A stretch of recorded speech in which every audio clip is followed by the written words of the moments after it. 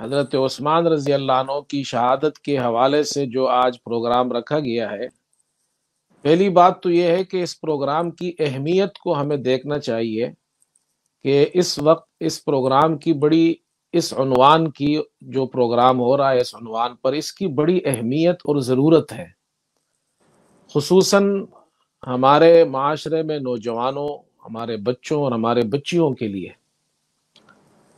صحابہ اکرام رضوان اللہ علیہ مجمعین نے جو قربانیاں دی ہیں اس دین کی خاطر، انہی قربانیوں کا نتیجہ ہے کہ یہ دین آج ہم تک پہنچا ہے اور ہم مسلمان ہیں۔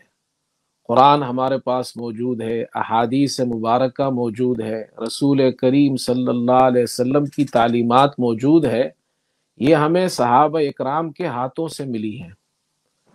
تو صحابہ اکرام رضی اللہ عنہ مجمعین کے حوالے سے ہمارے نوجوانوں کو، خاص طور پر ہماری جو نسل ہے موجودہ، ان کو معلومات ہے نہیں۔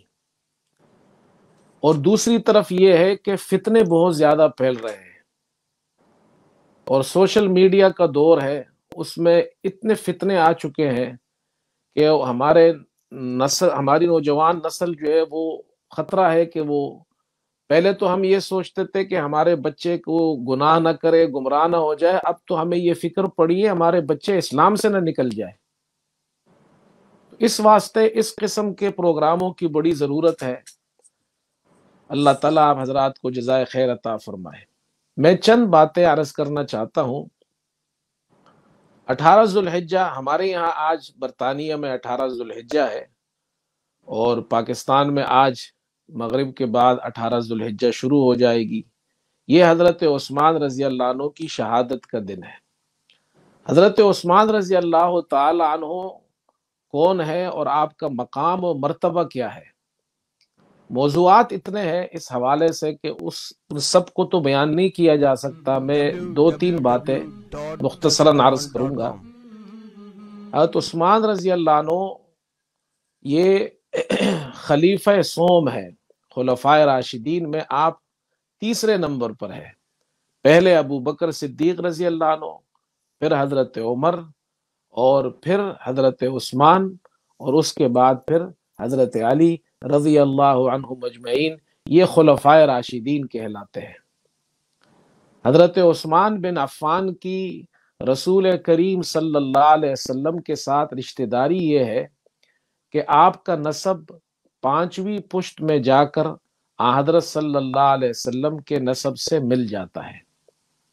اسی طرح آپ کی والدہ کا نام اروہ ہے، اور آپ کی جو نانی ہے ام حکیم، یہ حضرت صلی اللہ علیہ وسلم کی پھوپھی تھی، اور حضرت علی رضی اللہ عنہ کی بھی پھوپھی تھی۔ تو حضرت علی رضی اللہ عنہ اور حضرت صلی اللہ علیہ وسلم کی پھوپھی ام حکیم، یہ حضرت عثمان رضی اللہ تعالی عنہ کی نانی ہے۔ ایک تو رشتہ آپ سے یہ ہے۔ پھر آپ نے اسلام قبول کیا۔ خود حضرت عثمان رضی اللہ عنہ فرماتے ہیں کہ میں اسلام کے اندر چوتھا شخص ہوں جس نے اسلام قبول کیا ہے۔ آپ کے جگری دوست حضرت ابو بکر صدیق رضی اللہ عنہ کی دعوت پر آپ نے اسلام قبول کیا، حضرت صلی اللہ علیہ وسلم کی خدمت اقدس میں حاضر ہوئے، اور آپ صلی اللہ علیہ وسلم نے حضرت عثمان کو اسلام کی دعوت دی۔ وہ فرماتے ہیں کہ میں نے جب حضرت صلی اللہ علیہ وسلم کے الفاظ سنے تو میں اپنے آپ پر قابو نہیں رکھ سکا، اور اتنا اثر ہوا ان باتوں کا کہ میں مسلمان ہو گیا۔ اسلام لانے کے بعد حضرت صلی اللہ علیہ وسلم نے، چونکہ آپ عرب کے اندر اسلام سے پہلے بھی ایک ممتاز شخصیت کے طور پر نمایاں تھے، آپ کے اخلاق، آپ کا کردار، آپ کے اندر وہ خوبیاں پائی جاتی تھی کہ عرب معاشرے میں آپ کا بڑا احترام تھا۔ آپ مالدار بھی تھے، سخی بھی تھے، با کردار تھے، با حیا تھے، اونچے اور بلند اخلاق والے تھے۔ حضرت صلی اللہ علیہ وسلم نے اپنی بیٹی حضرت رقیہ آپ کے نکاح میں دے دی، اور حضرت عثمان رضی اللہ عنہ نے پہلی ہجرت حبشے کی طرف اپنی اہلیہ کے ساتھ حضرت رقیہ رضی اللہ عنہا کے ساتھ کی۔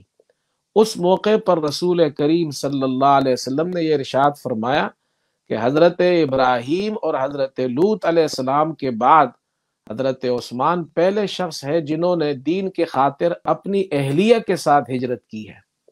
اسی لیے آپ کو صاحب الہجرتین بھی کہتے ہیں۔ پہلی ہجرت حبشے کی طرف اور دوسری ہجرت مدینہ کی طرف کی ہے۔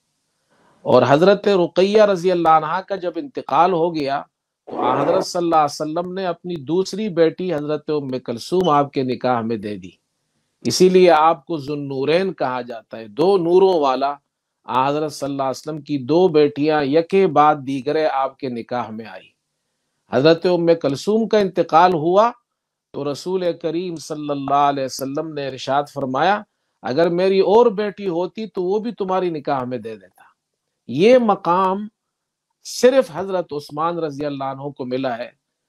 علماء نے لکھا ہے کہ پوری دنیا کے اندر حضرت عثمان رضی اللہ عنہ وہ واحد شخصیت ہے کہ جنہوں نے نبی کی دو بیٹیوں سے یکے بعد دیگرے شادی کی ہے۔ آپ کے علاوہ پوری دنیا میں ایسا کوئی شخص نہیں جس نے نبی کی دو بیٹیوں سے شادی کی ہو۔ تو یہ آپ کا حضرت صلی اللہ علیہ وسلم کے ساتھ جو تعلق تھا، آپ کی رشتہ داری تھی اور آپ کا مقام اور مرتبہ، اس سے معلوم کیا جا سکتا ہے حضرت صلی اللہ علیہ وسلم کے یہاں حضرت عثمان رضی اللہ عنہ کا کتنا بلند مقام تھا۔